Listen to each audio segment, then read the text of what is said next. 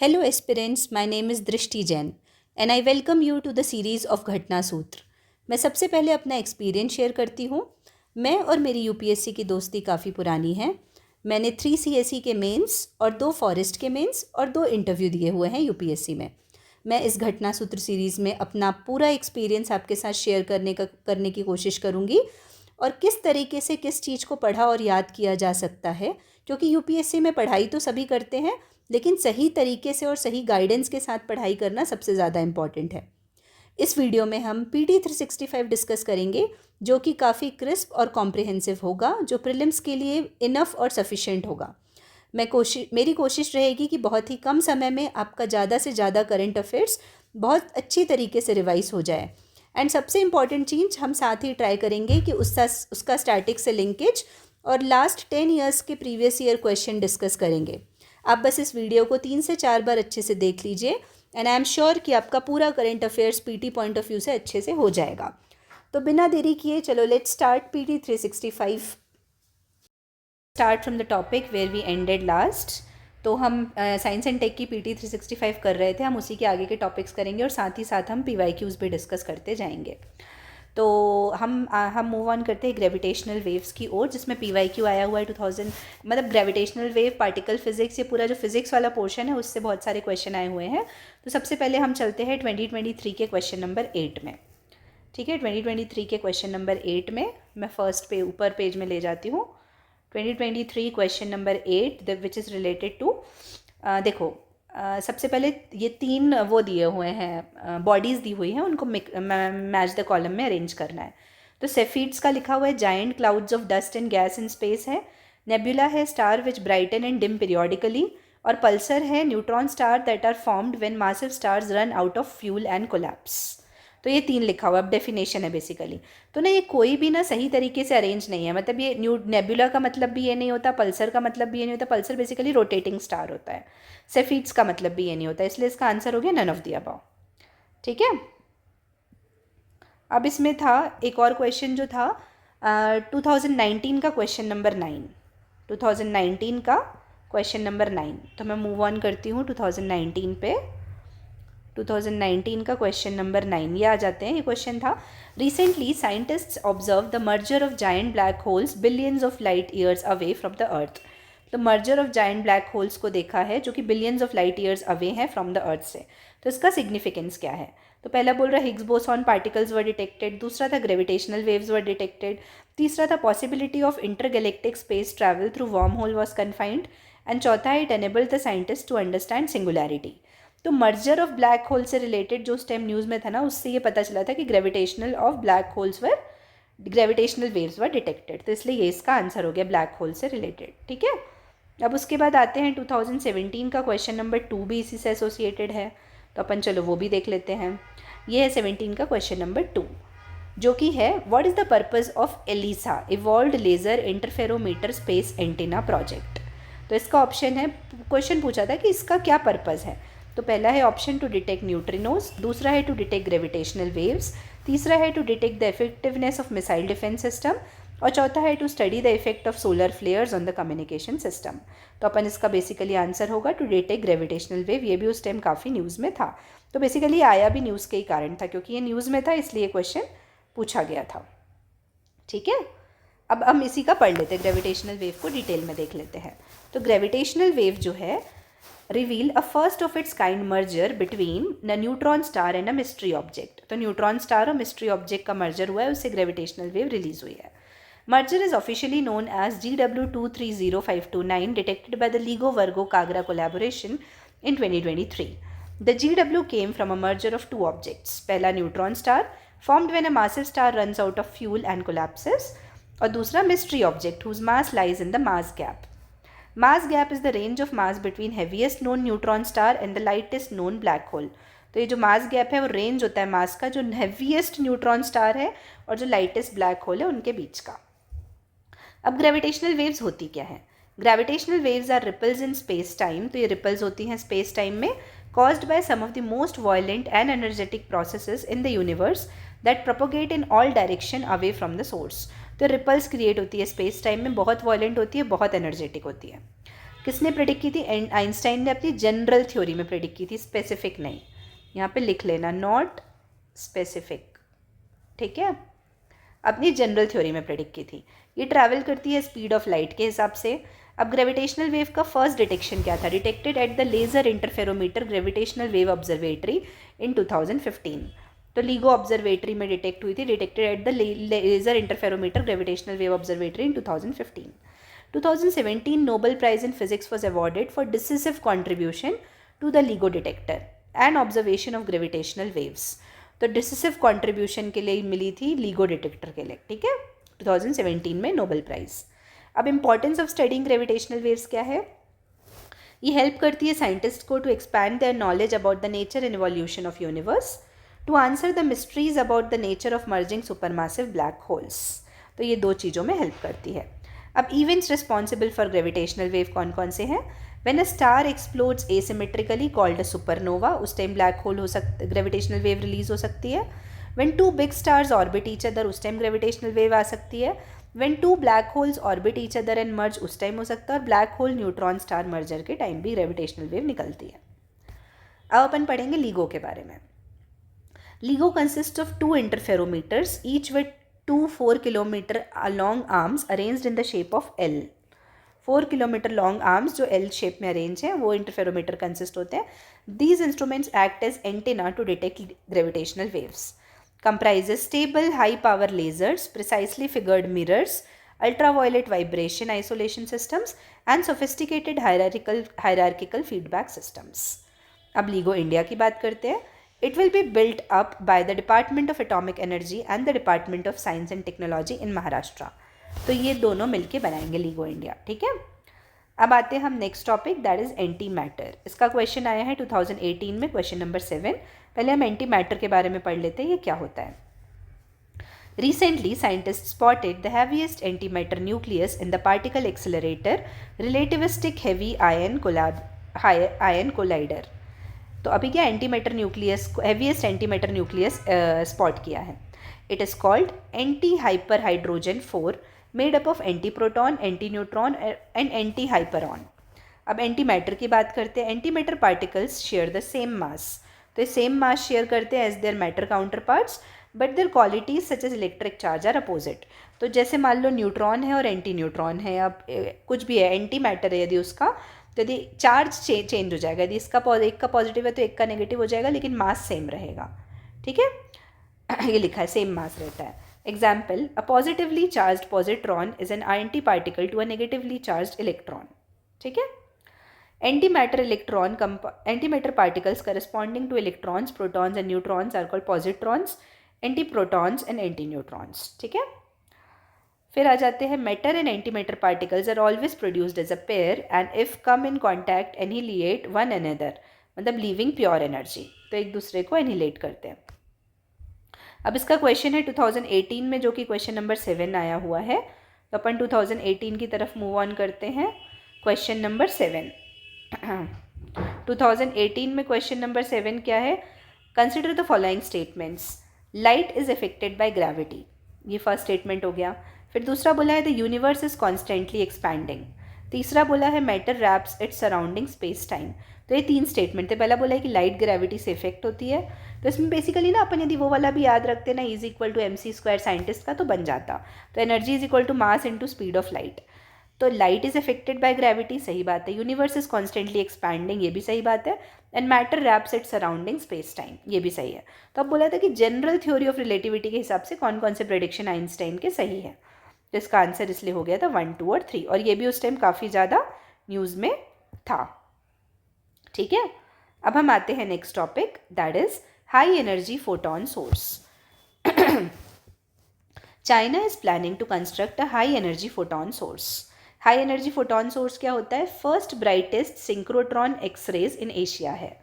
तो सिंक्रोट्रॉन्स क्या होते हैं? A type of circular particle accelerator use electricity to produce intense beams of light other than a million times brighter than the sun, more than a billion times brighter than the sun, ठीक है। अब इसके benefits क्या क्या है? Understand matter in the dimensions of space, time and energy as well as at the level of molecules, atoms, electrons and spin. और इंडस 1 जो है इंडिया का फर्स्ट सिंक्रोट्रॉन था, ये उतना इंपॉर्टेंट नहीं है, ठीक है। अब आते हैं जायंट रेडियो सोर्सेज क्या होते हैं. Indian astronomers discovered 34 new giant radio sources using the Giant Metre Wave Radio Telescope. तो GMRT, Giant Metre Wave Radio Telescope, Indian astronomers ने बोला है कि 34 जायंट मीटर सोर्सेज ने यूज़ किया, 34 giant radio sources using the Giant Metre Wave Radio Telescope. तो ये कहाँ लोकेटेड? नियर पुणे, पुणे के पास लोकेटेड है, पुणे के पास लोकेटेड है. और एक और चीज़ इसमें इम्पॉर्टेंट है कि GMRT is operated by National Centre for Radio Astrophysics. एक सेकेंड, ये कहाँ लोकेटेड है? पुणे में, और it is operated by National Centre for Radio Astrophysics. Giant radio sources क्या होते हैं? These are among the largest objects in the universe and at the heart of GRS lies a supermassive black hole. तो यहाँ पे एक super massive black whole भी लाई करता है. Serving as a central engine, a black hole pulls in surrounding matter, creating jets of hot plasma and producing massive lobes of radio emissions. ठीक है, ये भी उतना काम का नहीं था ये वाला topic. Next topic is Daksh project. IIT Bombay is leading the Daksha project. It is leading in close collaboration with Physical Research Laboratory PRL, Tata Institute of Fundamental Research TIFR and Raman Research Institute. तो इन सब का collaboration मिलके है ये. अब Daksha project में है क्या? An ambitious project to build 2 high-energy space telescopes to study explosive astrophysical sources. Objective क्या है? Detect, localize and characterize high-energy counterparts to gravitational wave sources, high sensitivity detection and studies of gamma ray burst. तो ये भी study होगा इसमें, ठीक है. अब गामा रे डिटेक्शन का मिशन क्या क्या है? तो एक है एस्ट्रोसेट, जो इंडिया का मल्टी वेवलेंथ स्पेस ऑब्जर्वेटरी है. दूसरा है Fermi gamma ray space telescope, जो नासा का टेलीस्कोप है, ऑब्जर्व करता है गामा रेस को across a wide energy range. तीसरा है नासा का स्विफ्ट ऑब्जर्वेटरी, जो स्टडी करता है गामा रे बर्स्ट को. अब hydrogen line, 21 cm line. Recently the hydrogen line was a news. अब हाइड्रोजन लाइन के बारे में पढ़ते हैं, जिसको 21 सेंटीमीटर लाइन भी बोलते हैं. ये स्पेक्ट्रल लाइन है जो एमिट करके which is emitted by atomic hydrogen. ठीक है, ये अंडरलाइन कर लेते हैं, which is emitted by atomic hydrogen. This phenomena occurs when an electron in a hydrogen atom jumps from a higher energy level to a lower energy level. This jump releases energy in the form of light, specifically with a wavelength of about 21 cm. इसलिए इसका नाम पड़ गया 21 cm line. Applications in radio astrophysics, studying composition and evolution of solar system and universe, इसके लिए काम आता है. ठीक है. आई होप यहाँ तक कि आप सभी को काफ़ी अच्छे से समझ आया होगा. हमने काफ़ी डिटेल में भी डिस्कस किया और पास्ट 10 ईयर्स के जो उस टॉपिक से PYQs आए हैं वो भी साथ साथ डिस्कस करते हुए हम चल रहे हैं. अब आते हैं हम next important topic which is space technology. और आप देख रहे हैं यहाँ पे साइड में कितने सारे क्वेश्चन लिखे हुए हैं स्पेस टेक्नोलॉजी के. तो ये पूरे क्वेश्चन आए हुए हैं, इसलिए हम सबसे पहले स्पेस टेक्नोलॉजी का बेसिक पढ़ेंगे, इसरो के बारे में पढ़ेंगे, उनके क्या क्या मिशंस है वो पढ़ेंगे. Then we will move on to space technology के PYQs. ठीक है, तो सबसे पहले आ जाओ इसरो एंड रिलेटेड डेवलपमेंट्स. तो इसरो का हेडक्वार्टर कहाँ है? बैंगलोर में है. इसका जेनेसिस क्या है? Indian national committee for space research बना था पहले 1962 में, फिर उसके बाद इसरो बना 1969 में, सुपरसीडिंग इनको स्पार. ये brought under department of space in 1972. तो 1972 में डिपार्टमेंट ऑफ स्पेस के अंदर ला दिया गया था. अब इसका मैंडेट क्या है? As national space agency, development and application of space technology for national needs. Chairman क्या है? Headed by chairman who is secretary of Department of Space and chairman of Space Commission. तो डिपार्टमेंट ऑफ स्पेस के secretary हैं और chairman of Space commission होते हैं इसके head. अब इसका ऑर्गेनाइजेशन क्या है? प्राइम मिनिस्टर है, फिर स्पेस कमीशन है, फिर डिपार्टमेंट ऑफ स्पेस है नीचे. उसमें एक साइड ऑटोनॉमस बॉडी आती है, इसरो इंडिपेंडेंट है, फिर इन स्पेस है और CPSEs है. तो ऑटोनॉमस बॉडीज़ में कौन कौन सी? Indian Institute of Space Science and Technology, National Atmospheric Research Laboratory, फिर North Eastern Space Application Centre और फिजिकल रिसर्च लेबोरेटरी. और CPSEs में एक अंतरिक्ष कॉरपोरेशन लिमिटेड है जो कमर्शियल एंड मार्केटिंग विंग है इसरो की, और न्यू स्पेस इंडिया लिमिटेड है जो कमर्शियल आर्म है इसरो की. ठीक है, हम देखते हैं स्पेस डॉकिंग एक्सपेरिमेंट्स, स्पाडेक्स. ठीक है, तो स्पेस डॉकिंग एक्सपेरिमेंट में क्या है? India becomes the 4th country to successfully conduct space docking after USA, Russia and China. तो USA, रशिया और चाइना के बाद हम चौथी कंट्री है जो हम स्पेस डॉकिंग सक्सेसफुली कर पा रहे हैं. इसरो ने लॉन्च किया है space docking experiment satellites by PSLV C60. Basically अब स्पेस डॉकिंग होती क्या है, पहले मीनिंग देखते हैं. Involves precise connection of 2 spacecrafts whether manned और unmanned allowing those to operate as a single unit for critical tasks such as refueling, repair, and crew exchange. It enables the construction of cutting-edge facilities like International Space Station in orbit and advancing space exploration. तो basically दो spacecraft को connect करना, ये important है, ठीक है, definition. Some spacecrafts dock with the ISS and others berths with the station. In docking, the spacecraft can maneuver and attach to the station by itself. In berthing, the astronauts uses the station's robotic arm to capture the spacecraft. Then mission control takes control from the ground and directs the arm to maneuver the spacecraft to the attachment site. तो berthing अलग होता है, docking अलग होता है. Docking में क्या करते हैं, स्पेसक्राफ्ट मैन्यूवर करता है और अटैच कर लेता है अपने आप को स्टेशन से. बर्थिंग में क्या होता है, एस्ट्रोनॉट के पास स्टेशन का रोबोटिक आर्म होता है, उससे वो कैप्चर करता है स्पेसक्राफ्ट को. ठीक है. अब स्पेस डॉकिंग एक्सपेरिमेंट को देखते हैं कि ये क्या था एक्सपेरिमेंट. इसरो का SpaDeX is a technology demonstration experiment aimed at mastering autonomous docking, a critical capability that only a few countries that is USA, Russia और चाइना के पास है जो बस. Consist of 2 satellites name chaser and target. तो क्या 2 satellite है, चैसर और टारगेट, वो कंसिस्ट करते हैं and will dock at an altitude of 700 kilometre. This technology is essential for space ambitions such as sample return from the moon, the building and the operation of BAS.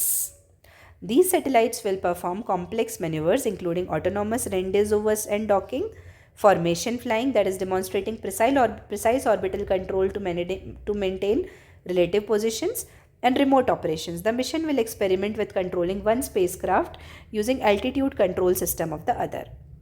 Additionally, it will explore the use of robotic arm technology for in-space manipulation and servicing. तो robotic arm technology को भी use करेगा. Space docking I hope clear है सबको. Space docking.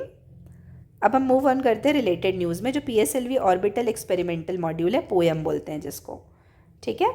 Poem 4 has been also launched with PSLV C60. अब poem का purpose क्या है, to provide a cost effective platform for on orbit experiments. So far launching proprietary systems into space has traditionally been prohibitively expensive for smaller entities. अब strategic importance देखते हैं. Reduces entry barriers for startups, promotes space technology innovation in India. तो PSLV ये जो poem है ना, orbital experimental module, वो इतना इंपॉर्टेंट नहीं है. हम नेक्स्ट टॉपिक की ओर आते हैं. भारतीय अंतरिक्ष स्टेशन, ये स्पेस स्टेशन की बात हो रही है. The Union Cabinet has approved the building of first unit of Bharatiya Antariksh Station by extending the scope of Gaganyaan program. तो गगनयान प्रोग्राम के स्कोप को एक्सटेंड कर दिया है. तो रिवाइज्ड गगनयान प्रोग्राम क्या इंक्लूड करता है, development of first module of BAS and 4 missions for demonstration and validation of various technologies for BAS by December 2028. 4 missions under the ongoing Gaganyaan program by 2026. अब union cabinet ने क्या किया, also approved the development of next generation launch vehicle. तो next generation launch vehicle को भी start कर दिया है. A significant step towards establishing and operating BAS. It will have 3 times the payload capability of launch vehicle mark 3. तो LVM-3 की 3 times the payload capacity होगी इसके पास, with the ability to carry up to 30 tons to low earth orbit. तो low earth orbit में कितना ले जा पाएंगे, 30 tons तक ले जा पाएंगे. अब गगनयान प्रोग्राम के बारे में हम देख लेते हैं एक बार. इंडिया का first human space flight mission है. इसका ऑब्जेक्टिव है transport a team of astronauts to an orbit of 400 kilometre above the earth with a 3-day expedition before safely returning them in the short term. तो transport करना है astronauts को to an orbit of 400 kilometre और 3 दिन के लिए भेजना है और उसके बाद उनको सेफली रिटर्न करना है in short term. It will also carry the female half humanoid Vyommitra. तो फीमेल हाफ ह्यूमनॉइड है जो व्योममित्रा, उसको भी ले जा रहे हैं, स्पेस फ्रेंड बोलते हैं जिसको. फिर टेक्नोलॉजिकल डेवलपमेंट अंडर इट, तो ह्यूमन रिलेटेड LVM-3 है for carrying crew safely to space. तो HLVM-3 ये क्या है, it is a reconfigured version of LVM-3, consist of solid stage, liquid stage and cryogenic stage. तो इसमें कौन कौन से स्टेज है, सॉलिड स्टेज है, लिक्विड स्टेज है और क्रायोजेनिक स्टेज है, ठीक है. और ये मीट करती है ह्यूमन रेटिंग रिक्वायरमेंट्स को. The successful launch of Gaganyaan will make India only the fourth country. कौन सी country, 4th country after USA, Russia and China that has launched crewed spacecraft. तो गगनयान जब हम लॉन्च करेंगे तो हम 4th कंट्री बन जाएंगे, USA, रशिया और चाइना के बाद जो क्रूड स्पेसक्राफ्ट लॉन्च कर रही है. अब भारतीय अंतरिक्ष स्टेशन के बारे में देखते हैं हम। India's planned space station for scientific research which will orbit around 400 to 450 kilometre above the earth surface. तो ये 400 से 450 किलोमीटर जाएगी अर्थ सर्फेस के ऊपर। It will have 5 modules and will be built in phases. Target क्या है? The first module that is the base module will be launched in 2028 and will be operationalised by 2035। तो launch कब किया जाएगा? 2028 में लॉन्च किया जाएगा और ऑपरेशनलाइज होगा 2035 में। अब इसका सिग्निफिकेंस क्या है BAS का? ये सर्व करेगा as a testing ground for studying how to keep astronaut safe and healthy on long duration mission.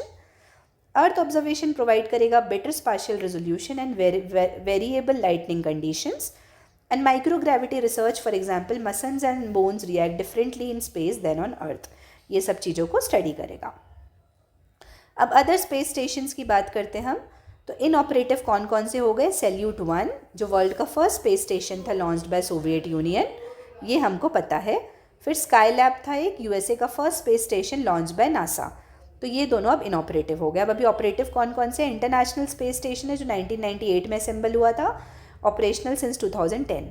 It is maintained in low earth orbit by a collaboration of 5 space agencies and their contractors. तो NASA USA से, Roscosmos Russia से, European Space Agency ESA से, JAXA Japan से और CSA Canada से। China का क्या है? त्योंगोंग स्पेस स्टेशन है जो 2021 में लॉन्च हुआ, फुली ऑपरेशनल सिंस लेट 2022। अब अपकमिंग कौन कौन से हैं? गेटवे स्पेस स्टेशन है जो नासा लेड गेटवे प्रोग्राम है उसका पार्ट है to establish humanity's first space station around the moon as a vital component of Artemis mission. तो ये स्पेस स्टेशन सेटअप करना है लेकिन मून के आसपास करना है, ठीक है। फिर एक एक्सियोम स्टेशन है जो commercial space station being developed by Axiom Space to operate in LEO. तो ये लियो में ऑपरेट करने के लिए है। It will be the first commercial space station in the world. तो ये कमर्शियल स्पेस स्टेशन होगा, ठीक है। अब हम मूव ऑन करते हैं वीनस ऑर्बिटर मिशन में। तो union cabinet has approved Venus orbiter mission as India's maiden mission to Venus. तो इंडिया का जो मेडन मिशन है वीनस के लिए, उसके लिए अभी हमने अप्रूव किया है वीनस ऑर्बिटर मिशन। अब ऑब्जेक्टिव क्या है वीनस ऑर्बिटर मिशन का? Examine dust in the Venusian atmosphere and its air glow, map its surface topography, study solar X-ray spectrum and investigate subsurface characteristics. VOM जो है will also demonstrate technologies example testing, aero braking and thermal management techniques. अब date for target क्या है launch के लिए? 2028 मार्च। Launch vehicle किससे? हम LVM-3 से करेंगे।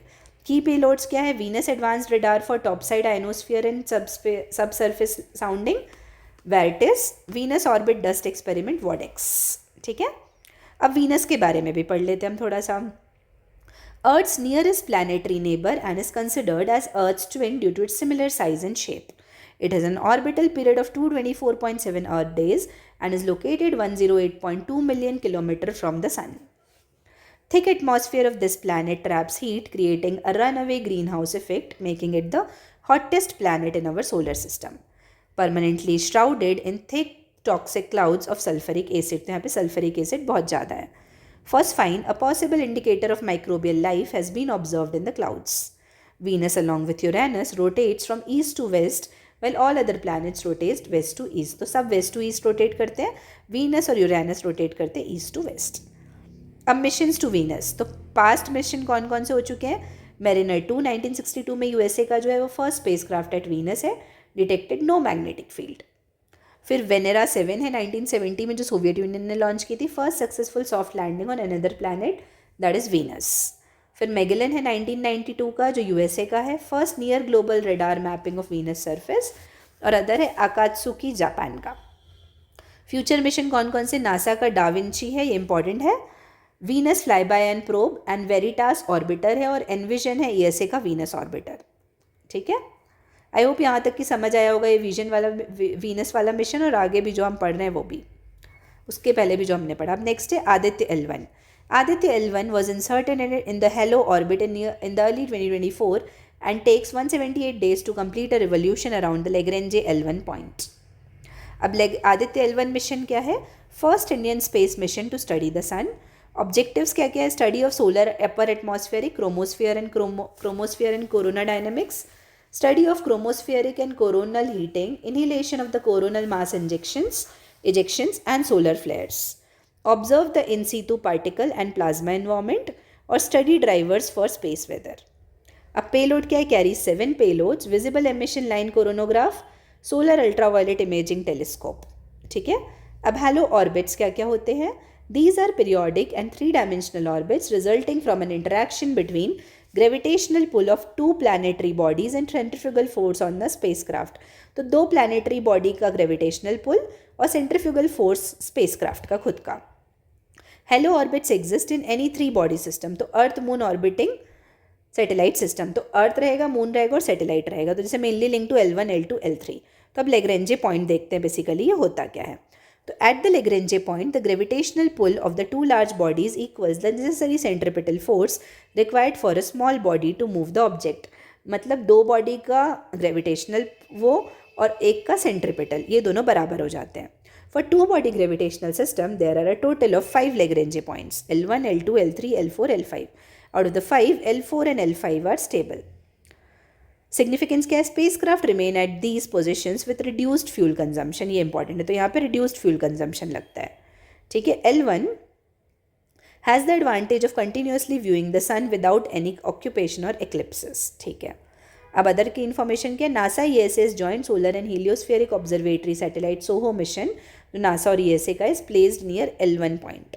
NASA's James Webb telescope is in L2 point. SOHO जो नासा और ESA का वो L1 के पास है, नासा का जेम्स वेब टेलीस्कोप L2 के पास है। अब अदर की missions launch to study solar activity में क्या है? पार्कर सोलर प्रोब जो नासा का है, first human made object to fly close to sun. Also it travelled at a speed of approximately 70,000 kilometre per hour, making it the fastest human made object in history.